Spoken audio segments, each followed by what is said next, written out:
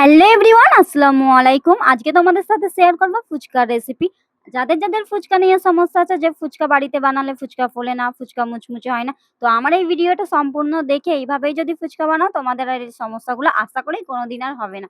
দোকানের ফুচকা যেরকম হয় সেরকম বাড়িতেই টেস্টি ফুচকা তোমরাও বানিয়ে ফেলতে পারো। ফুচকা বানানোর জন্য প্রথমেই আমি এখানে নিয়েছি ১ কাপ সুজি আর ১ কাপ আটা। হ্যাঁ, ফুচকাটা আমি আটা দিয়ে বানাবো, কোনো প্রকার ময়দা ইউজ করব না। তোমরা যদি চাও তো ময়দা ইউজ করতে পারো আটার বদলে।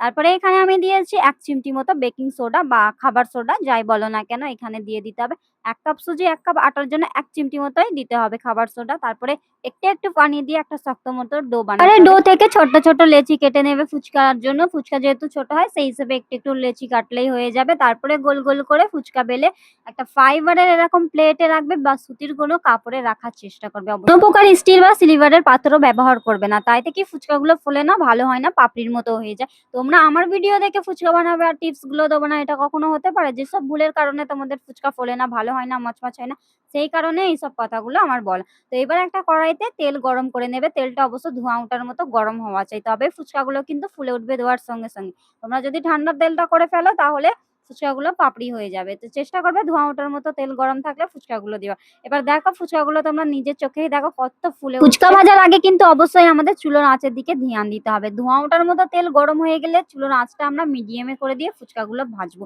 এতে ফুচকাগুলো পুড়ে যাবে না, ভালো ফুচকাগুলো হবে।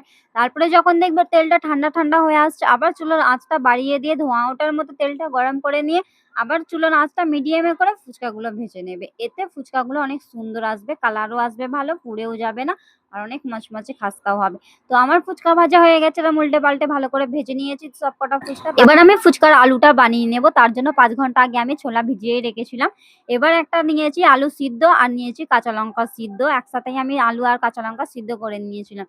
তারপরেতে দিয়েছি জিরের গুঁড়ো, লঙ্কার গুঁড়ো, দিয়েছি চাট মসলা আর দিয়েছি বিট লবণ, সাদা লবণ আর দিয়েছি পেঁয়াজ কুচি দিয়ে ভালোভাবে আলুটা মেখে নিলাম। তারপর ফুচকার তেঁতুল পানিটা বানিয়ে নেব। তার জন্য দিয়েছি পানি, ধনেপাতা কুচি, কাঁচা লঙ্কা কুচি আর দিয়েছি তেঁতুল। তারপরে দিয়েছি একটু চিলি ফ্লেক্স, বিট লবণ, সাদা লবণ আর একটা জলজিরা দিয়েছিলাম, যেটাতে টেস্টটা অনেক ভালো হবে। তোমরা চাইলে লেবু দিতে পারো, আমার কাছে লেবু ছিল না সেই কারণে আমি জলজিরা দিয়েছি। এভাবেই আমার ভিডিও দেখে তোমরাও বাড়িতে ফুচকা বানাতে পারো। আর আমার এই ভিডিওটা যদি ভালো লেগে থাকে তাহলে একটা লাইক আর একটা কমেন্ট করে দিও আর শেয়ার করে এই ভিডিওটা সবাইকে দেখার সুযোগ করে দিও, যাতে সবাই দেখে শিখতে পারে কিছু। আর এরকম সুন্দর রেসিপি দেখতে হলে আমার চ্যানেলটা ফলো করো।